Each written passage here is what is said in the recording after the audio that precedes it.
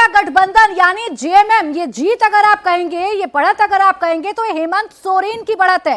हेमंत सोरेन अपने प्रचार, अपने मुद्दों को लेकर आगे बढ़ रहे थे, लगातार रोटी कपड़ा मकान की बात कर रहे थे। 43 सीटों पर जेएमएम प्लस यानी इंडिया गठबंधन ने बढ़त बनाई है, मैजिकल फिगर को छू चुका है यहां पर इंडिया गठबंधन। बीजेपी प्लस यानी कि एनडीए पीछे है 27 सीटों पर। फिलहाल ये आंकड़ा थोड़ा थम सा गया है। झारखंड में अगर पार्टी वाइज अगर देखेंगे तो बीजेपी 23 सीट पर, जेएमएम 27 सीट पर, यानी जेएमएम अभी बड़ी पार्टी बनती हुई नजर आ रही है। जबकि झारखंड में इससे उलट बीजेपी, महाराष्ट्र में इससे उलट, माफ कीजिएगा, बीजेपी 104 सीटों पर बढ़त बनाए हुए है, सबसे बड़ी पार्टी बनी हुई है। जबकि कांग्रेस 40 सीटों पर बढ़त बनाए हुए है। कांग्रेस जो कि लोकसभा चुनावों से काफी उत्साहित थी, यहां उसका परफॉर्मेंस आप ये कह सकते हैं कि उतना अच्छा नहीं रहा जितना उसको उम्मीद थी, जिसकी उम्मीद नाना पटोले जता रहे थे। अब जरा बता दें कि बटेंगे कटेंगे का नारा जो है लग रहा है, कम से कम ये जो नतीजे आ रहे हैं, रुझान आ रहे हैं, उसमें लग रहा है कि बटेंगे कटेंगे जो है वो सक्सेसफुल होता हुआ नजर आ रहा है। लेकिन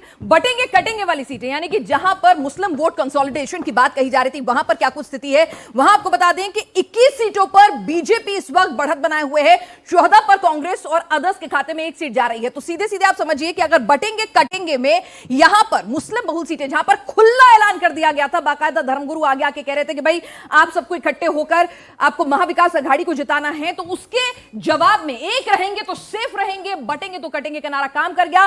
कई लोगों का यह मत था, इंक्लूडिंग बीजेपी के कई नेताओं का, कि भाई ये जो नारा है वो महाराष्ट्र के मिजाज से सही नहीं बैठता है। लेकिन अभी तो फिलहाल यही लग रहा है कि महाराष्ट्र में दलित सीटों की बात करें, दलित कहा जा रहा था कि छिटक गया है कहीं ना कहीं, आरक्षण का जो डर खत्म हो जाने का दिखाया जा रहा था वो काम करेगा। लेकिन लग रहा है एक बार फिर से बीजेपी ने भरोसा दलित वोट बैंक पर कायम किया है।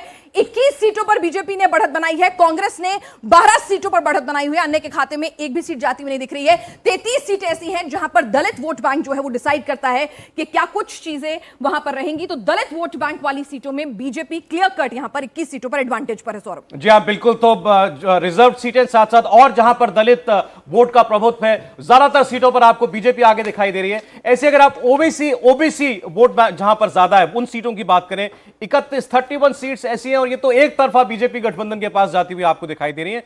24 सीटों पर आपको बीजेपी प्लस आगे दिखाई दे रहा है, कांग्रेस प्लस 7 सीटों पर। इसको भी आप बटोगे तो कटोगे नारे का असर कह सकते हैं, क्योंकि ओबीसी वोट को एकजुट रखने के लिए नारा दिया गया था और वो कामयाब होता हुआ दिखाई दे रहा है। आप कहते हैं मराठा वर्सेस ओबीसी हो जाएगा, बटोगे कटोगे। देखिए, विदर्भ में कामठी की सीट है जहां पर ओबीसी उनके प्रदेश अध्यक्ष बीजेपी के चंद्रशेखर बावनकुले वो जिस तरह से लीड कर रहे हैं, यानी कि ओबीसी उनके साथ है। पिछली बार वो छिटक गया था बीजेपी और उनको 13 सीटों पर कुंभी की भी बात कर लेते हैं, कुंभी के आंकड़े दिखा देते हैं। कुंभी सीटों की अगर बात करें तो 34 सीटें हैं और 34 सीटें कुंभी प्रभुत्व वाली आप कहेंगे, और इसमें 19 सीटों पर बीजेपी आगे है, यानी महायुति आगे है। जबकि कांग्रेस की आप बात करेंगे तो कांग्रेस सीट जो है, कांग्रेस का जो गठबंधन यानी महाविकास अघाड़ी 15 सीटों पर आगे। मराठा वोट बैंक की बात करते हैं जिस पर सबसे ज्यादा निगाहें थी, कहा जा रहा था कि मराठा वोट बैंक जो है वो नुकसान पहुंचाएगा महाविकास अघाड़ी को। लेकिन आप देखिए 113 सीटें हैं और उन 113 सीटों में लीड किसको मिल रही है? महायुति को मिल रही है।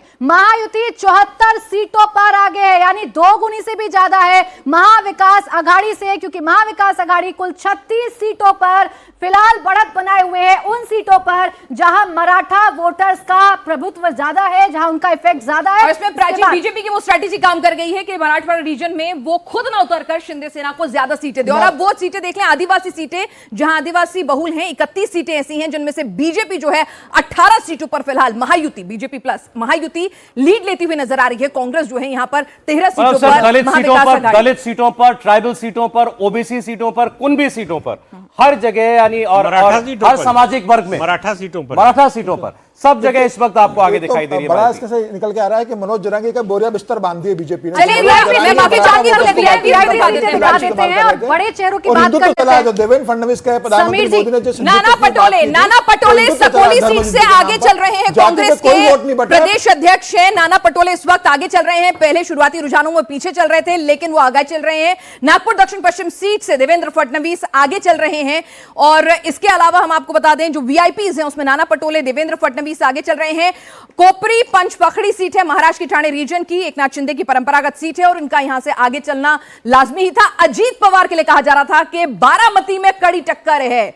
शरद पवार ने पूरी ताकत झोंक दी है, लेकिन वो भी आगे चल रहे हैं। शुरुआती रुझानों में भले ही पीछे थे। करार दक्षिण से पृथ्वीराज चौहान पीछे चल रहे हैं, कांग्रेस के बड़े नेता हैं और यहां पर लार्जेस्ट वोटिंग टर्नआउट हुआ था। नवाब मलिक पीछे हो गए मानखुर्द शिवाजी नगर से। इसका मतलब यह हुआ कि अबू आजमी इस सीट पर लीड कर रहे हैं। अबू आजमी ने तो फतवे निकलवाए थे, शायद काम आ गए हैं, लेकिन सना मलिक आगे हैं। वहां से विधायक भी है वो। सना मलिक अणुशक्ति नगर से फवाद अहमद से आगे चल रही है इस वक्त।